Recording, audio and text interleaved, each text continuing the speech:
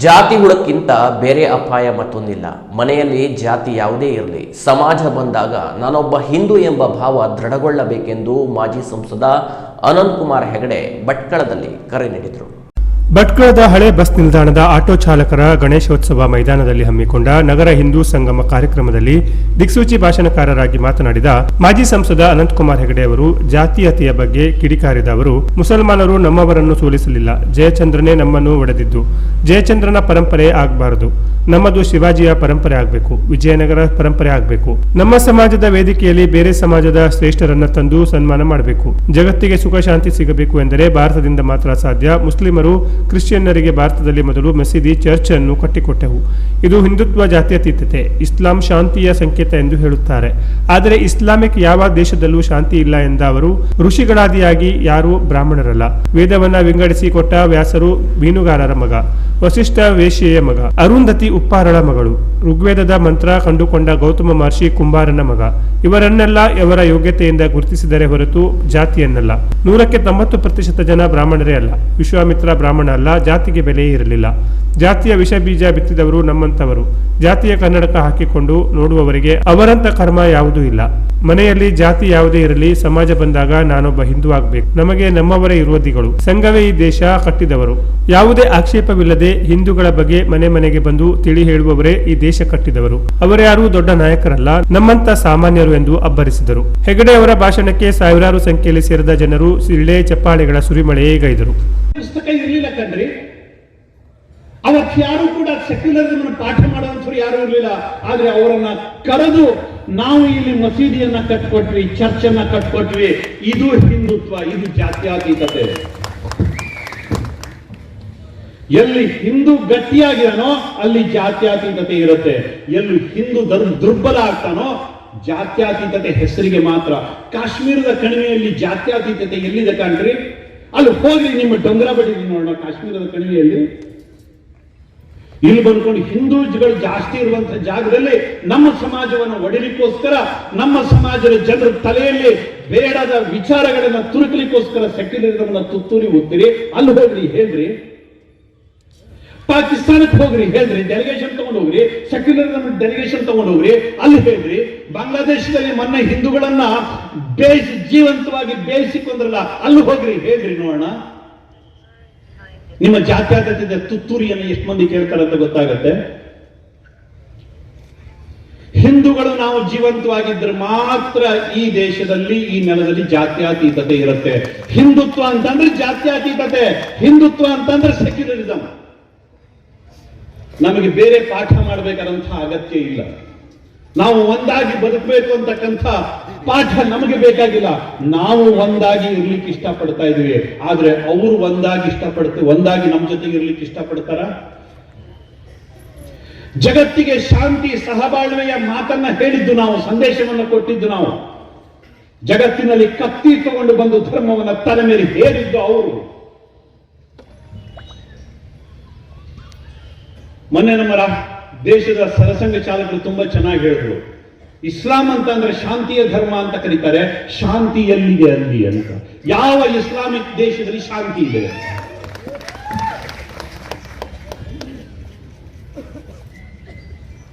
ಜನರನ್ನ ಮರಳು ಮಾಡ್ತಕ್ಕಂಥ ಪ್ರಯತ್ನ ಕಂಡ್ರಿ ಇವಾಗ, ಜಗತ್ತನ್ನು ಮರಳು ಮಾಡ್ತಕ್ಕಂಥ ಪ್ರಯತ್ನ. ಅಮೆರಿಕ ಇವತ್ತು ಉದ್ಧಾರ ಆಗಿದ್ದಿದ್ರೆ, ಅಮೆರಿಕ ಇವತ್ತೇನಾದ್ರು ಸಶಕ್ತ ಆಗಿದ್ದಿದ್ರೆ ಅದು ಹಿಂದೂಗಳ ಕೊಡುಗೆ, ಭಾರತೀಯರ ಕೊಡುಗೆ. ಇವತ್ತು ಅನಿಸ್ತಾ ಇದೆ, ರಷ್ಯಾಕ್ಕೂ ಅನಿಸ್ತಾ ಇದೆ, ಯುರೋಪಿಗೂ ಅನಿಸ್ತಾ ಇದೆ, ಕರೆದು ಇವತ್ತು ಹಾಸಿಗೆಯನ್ನು ಹಾಕ್ತಾ ಇದ್ದಾರೆ. ಬನ್ನಿ, ರೆಡ್ ಕಾರ್ಪೆಟ್ ಹಾಕಿ ಕರೀತಾ ಇದ್ದಾರೆ, ಭಾರತೀಯರೇ ಬನ್ನಿ ಅಂತ, ಭಾರತೀಯರೇ ಬನ್ನಿ ಅಂತ. ಎಲ್ಲರಿಗೂ ಗೊತ್ತಾಗಿದೆ, ಎಲ್ಲೆಲ್ಲಿ ಭಾರತೀಯರು ಹೋಗ್ತಾರೋ ಅಲ್ಲಿ ಆ ದೇಶ ಉದ್ಧಾರ ಆಗಿದೆ ಅಂತ ಗೊತ್ತಾಗಿದೆ. ಯಾರು ಕೂಡ ಬೇರೆಯವರೆಲ್ಲ ಕಂಡ್ರಿ, ಅಲ್ಲೆಲ್ಲ ಹೋಗಿ ಆ ದೇಶವನ್ನು ಕಟ್ಟಿರ್ತಕ್ಕಂಥವ್ರು ಹಿಂದೂಗಳೇ.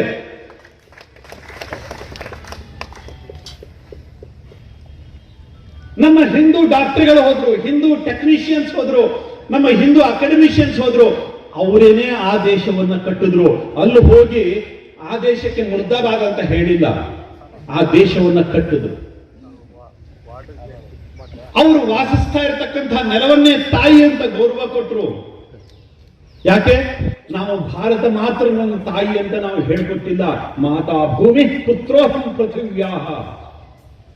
ಈ ಮಣ್ಣು ನನ್ನ ತಾಯಿ, ನಾನು ಈ ತಾಯಿಯ ಮಗು, ಆ ಮಹಾತಾಯಿಯ ಮಗು ನಾನು. ಈ ಮಣ್ಣಿನ ಬಗ್ಗೆ ನಾವು ಹೇಳಿದ್ವಿ. ಅದು ಅಮೆರಿಕಾದಲ್ಲಿ ನಿಂತ ಹೇಳಿ, ಯುರೋಪ್ದಲ್ಲಿ ನಿಂತ ಹೇಳಿ, ಭಾರತದಲ್ಲಿ ನಿಂತ ಹೇಳಿ, ಭಾರತ ಮಾತ್ರ ನನ್ನ ನೆಲ ಅಂತ ನಾವು ಎಲ್ಲೂ ಕೂಡ ಹೇಳಿಲ್ಲ. ಯಾಕೆ? ಹಿಂದುತ್ವ ನಮ್ಗೆ ಅದನ್ನ ಹೇಳಿಕೊಟ್ಟಿದೆ. ನಾವು ಎಲ್ಲೋ ಒಂದು ಪೂಜಾ ಸಂಪ್ರದಾಯಕ್ಕೆ ಬದ್ಧರಾಗಿರ್ತಕ್ಕಂಥವರಲ್ಲ. ಚಾರ್ವಾಕನನ್ನು ಗೌರವಿಸಿದ್ದೀವಿ, ಎಲ್ಲರನ್ನೂ ಕೂಡ ಗೌರವಿಸಿದ್ವಿ. ಇತ್ತೀಚೆಗೆ ಬ್ರಾಹ್ಮಣವಾದ ಮತ್ತು ಮನುವಾದದ ಬಗ್ಗೆ ಭಾರಿ ದೊಡ್ಡ ಚರ್ಚೆ ನಡೆದಿದೆ. ಟಿವಿಯಲ್ಲಿ, ಅಲ್ಲಿ ಇಲ್ಲಿ ಎಲ್ಲಾ ಕಡೆಗಳಲ್ಲಿ.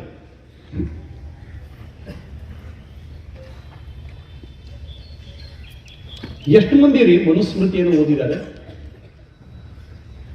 ಮನುಸ್ಮೃತಿಯ ಬಗ್ಗೆ ಚರ್ಚೆ ಮಾಡ್ತಕ್ಕಂಥವ್ರು ಎಷ್ಟು ಮಂದಿ ಮನುಸ್ಮೃತಿಯನ್ನು ಓದಿದ್ದಾರೆ? ಗೊತ್ತಿಲ್ಲದೇನೆ ಒದರಾಡ್ತಕ್ಕಂಥ ಜನಗಳೇ ಜಾಸ್ತಿ.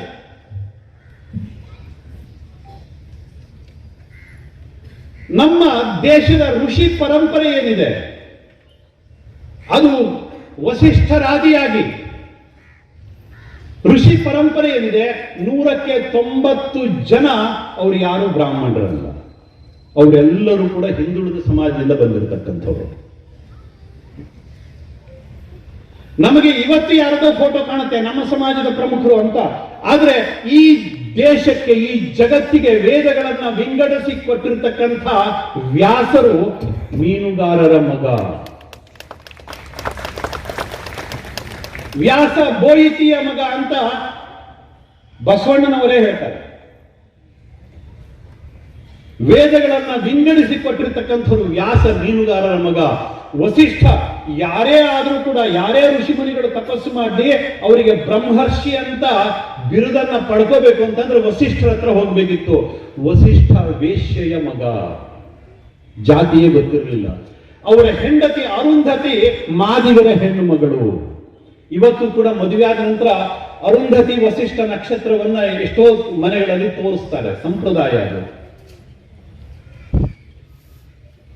ಋಗ್ವೇದದಲ್ಲಿ ಐತರೇಯ ಬ್ರಾಹ್ಮಣ ಅಂತ ಬರುತ್ತೆ, ಒಂದು ಭಾಗ ಬರುತ್ತೆ. ಆ ಐತರೇಯ ಮಹರ್ಷಿ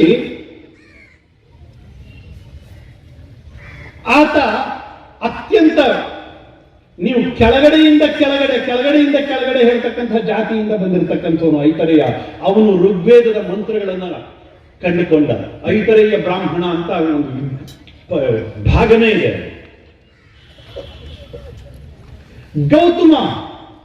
ಗೌತಮ ಮಹರ್ಷಿ ಆತ ಕುಂಬಾರನ ಮಗ.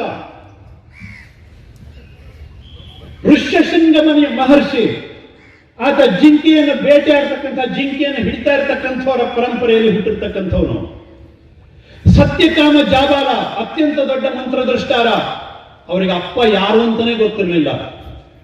ಇವತ್ತು ಕೂಡ ತುಂಬಾ ಜನ ಕೇಳ್ತಾರೆ. ಸತ್ಯಕಾಮ ಜಾಬಾಲನ ಬಗ್ಗೆ ಒಂದು ತುಂಬಾ ಚಿಕ್ಕದಾಗಿರ್ತಕ್ಕಂಥ ಒಂದು ಕಥೆ ಇದೆ. ಆತ ಸುಮ್ಮನೆ ಹೋಗ್ತಾನೆ, ದಾರಿ ಮೇಲೆ ಒಂದು ಗುರುಕುಲ ಕಾಣುತ್ತೆ, ಅಲ್ಲಿ ಹೋಗಿ ಕುತ್ಕೊಂತಾನೆ. ಅವನಿಗೆ ಖುಷಿ ಆಗುತ್ತೆ. ಅಲ್ಲಿನ ವೇದ ಘೋಷಗಳು, ಅಲ್ಲಿನ ಕಲಿಕೆ ತನಗೆ ಓದಬೇಕು ಅಂತ ಅನಿಸುತ್ತೆ. ಗುರುಗಳ ಹತ್ರ ಹೋಗ್ತಾನೆ, ತಾನಿಲ್ಲಿ ಕಲಿಬೋದಾ ಅಂತ. ಆಗ ಗುರುಗಳು ಕೇಳ್ತಾರೆ, ನಿಂದು ಯಾವ್ದಪ್ಪ ಗೋತ್ರ ಅಂತ. ಅವನಿಗೆ ಗೋತ್ರ ಗೊತ್ತಿರುವುದಿಲ್ಲ. ಅವನು ಸೀದಾ ಅಮ್ಮನ ಹತ್ರ ಬರ್ತಾನೆ. ಅಮ್ಮ, ಈ ತರ ಗುರುಗಳು ಹೇಳಿದ್ದಾರೆ, ನನ್ನ ಗೋತ್ರ ಯಾವುದು, ನಾನು ಕಲಿಬೇಕು ಅಲ್ಲಿ ಅಂತ. ತಾಯಿ ತುಂಬಾ ಪ್ರಾಮಾಣಿಕವಾಗಿ ಹೇಳ್ತಾಳೆ, ಮಗನೇ, ನಿನ್ನ ಅಪ್ಪ ಯಾರು ಅಂತ ನನಗೂ ಗೊತ್ತಿಲ್ಲ. ಹೋಗು ಗುರುಗಳ ಹತ್ರ ಇದನ್ನೇ ಹೇಳು ನೀನು ಅಂತ. ನಾನು ಮನೆಯಲ್ಲಿ ಬೇರೆ ಮನೆಯಲ್ಲಿ ಕೆಲಸ ಮಾಡ್ಬೇಕಾದ್ರೆ ನೀನು ಹುಟ್ಟಿದ್ಯಾ, ನಿನ್ನ ಅಪ್ಪ ಯಾರು ಅಂತ ನನಗೂ ಗೊತ್ತಿಲ್ಲ, ಹೋಗು ಗುರುಗಳ ಹತ್ರ ಹೇಳ್ಕೊ ಅಂತ. ಅವನು ಹೋಗಿ ಆ ಗುರುಗಳ ಹತ್ರ ಅದನ್ನೇ ಹೇಳ್ತಾನೆ. ಆ ಗುರುಗಳಿಗೆ ಇಷ್ಟು ಸಂತೋಷ ಆಗತ್ತೆ. ತಾಯಿಯ ಹೆಸರೇ ನಿನ್ನ ಗೋತ್ರ, ಮತ್ತೆ ಯಾವುದು ನಿನ್ನ ಗೋತ್ರ ಅಲ್ಲ, ನಿನ್ನದು ಜಾಬಾಲ ಗೋತ್ರ ಅಂತ ಕರೀತಾರೆ. ಆತ ಒಬ್ಬ ದೊಡ್ಡ ಮಹರ್ಷಿ ಆಗ್ತಾನೆ. ಸತ್ಯಕಾಮ ಜಾಬಾಲ ಮಹಾನ್ ತಪಸ್ವಿ. ಅವನಿಗೆ ಹುಟ್ಟೇ ಗೊತ್ತಿಲ್ಲ. ಕಾರ್ಯಕ್ರಮದಲ್ಲಿ ಬಂಟ್ವಾಳದ ಮಾಳೀಲ ಶ್ರೀಧಾಮದ ಶ್ರೀ ಮೋಹನದಾಸ ಪರಮಹಂಸ ಸ್ವಾಮೀಜಿ ದಿವ್ಯ ಸಾನ್ನಿಧ್ಯ ವಹಿಸಿ ಆಶೀರ್ವಚನ ನೀಡಿದರು. ಮಾಜಿ ಶಾಸಕ ಸುನಿಲ್ ನಾಯ್ಕ್, ಮಾಜಿ ಸೈನಿಕ ಮತ್ತು ಹಿಂದೂ ಮುಖಂಡ ಶ್ರೀಕಾಂತ್ ನಾಯ್ಕ್ ಇತರರು ಇದ್ದರು. Canara plus news, Bhatkal.